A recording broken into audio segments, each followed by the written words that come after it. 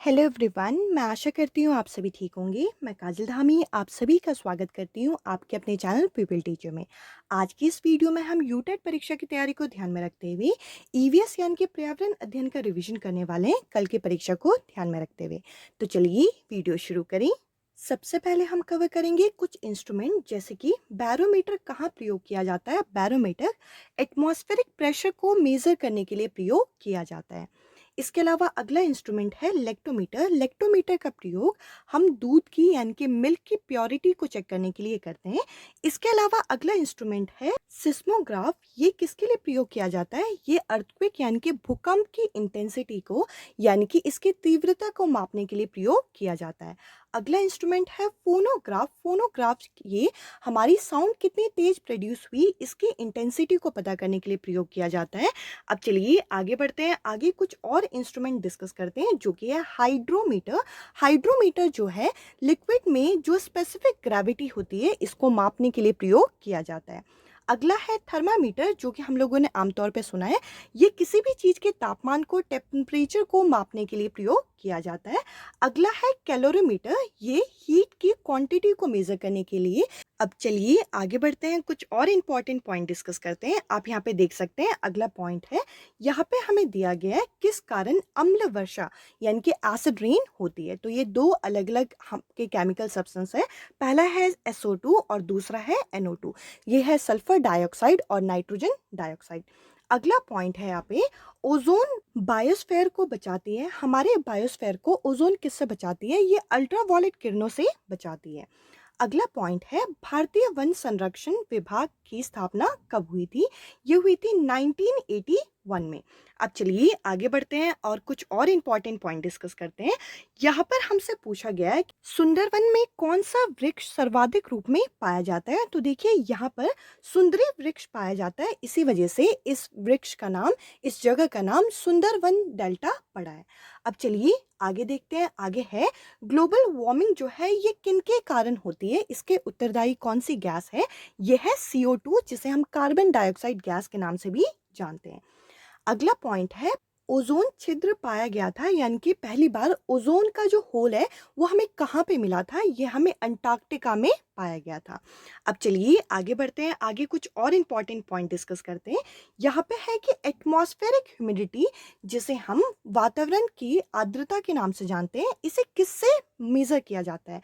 ये हाइग्रोमीटर से मेजर किया जाता है। अगला पॉइंट है अर्थ डे कब सेलिब्रेट होता है? तो ये है 22 अप्रैल। अब चलिए आगे जरा डिस्कस करते हैं कुछ और इंपॉर्टेंट पॉइंट। अगला पॉइंट है EAI। इसका एक्सपेंशन क्या है? इसका फुल फॉर्म क्या है? यह है एनवायरमेंटल इम्पैक्ट असेसमेंट, यानी कि हमारे वातावरण में कितना इम्पैक्ट हुआ है इसका जब हम आकलन करते हैं तो इसे हम EAI के नाम से जानते हैं। अगला पॉइंट है एनवायरमेंट प्रोटेक्शन एक्ट जो है ये कब बनाया गया था? ये 1986 में बनाया गया था।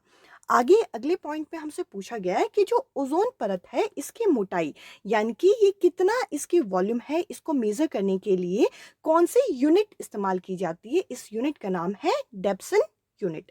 अब चलिए आगे बढ़ते हैं, कुछ और इंपॉर्टेंट पॉइंट डिस्कस करते हैं। यहाँ पे अगला पॉइंट है फॉरेस्ट प्रोटेक्शन एक्ट कब बनाया गया था? ये 1980 में बनाया गया था। अगला पॉइंट जरा डिस्कस करते हैं। ओजोन गैस जो है ये जो हमें अल्ट्रावायलेट किरणों से बचाती है, ये वायुमंडल में किस भाग में पाई जाती है? ये स्ट्रेटोस्फेयर में पाई जाती है। और ये किनके कारण हो रही है? ये एक केमिकल जो है ये है क्लोरोफ्लोरोकार्बन, इसकी वजह से आगे इसमें होल आ रहा है। अब चलिए अगला पॉइंट डिस्कस करें। वाइल्ड लाइफ प्रोटेक्शन एक्ट जो है ये कब बनाया गया था? ये 1972 में बनाया गया था। आगे जरा कुछ और इंपॉर्टेंट पॉइंट डिस्कस करते हैं। अगला पॉइंट है ये जो डेप्सन है ये क्या है? ये हमें ओजोन की कॉन्सेंट्रेशन यानी कि ओजोन लेयर की मोटाई मापने की एक इकाई मानी जाती है, एक यूनिट मानी जाती है। अगला पॉइंट है कि ओजोन सेफ्टी डे कब मनाया जाता है साल में? ये 16 सितंबर को मनाया जाता है। इसके अलावा हमारी EVS में एक और प्रश्न पूछा जाता है CITES।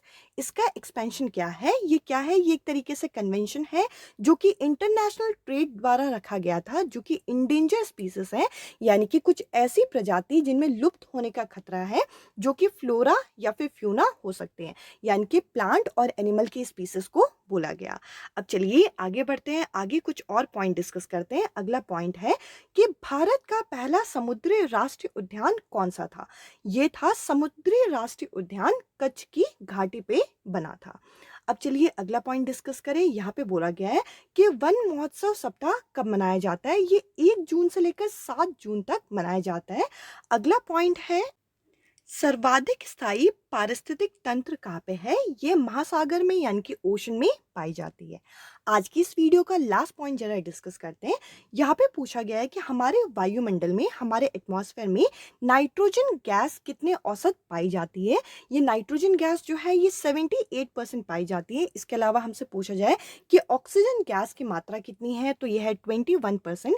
इसके अलावा जो बाकी गैसेस होती हैं ये 1% पाई जाती है। आज की इस वीडियो में इतना ही। ये काफ़ी शॉर्ट वीडियो थी जिसमें मैंने आप लोगों के साथ कुछ इंपॉर्टेंट पॉइंट डिस्कस किए। लगभग हमने 20 से 22 वन लाइनर डिस्कस किए जो कि पर्यावरण अध्ययन के थे। आई होप आप लोगों का ये पेपर बहुत अच्छा जाए। आप लोग अच्छे से क्वेश्चन को अटेम्प्ट करके आना, कोई नेगेटिव मार्किंग नहीं है, तो कोई क्वेश्चन आप स्किप मत करिएगा।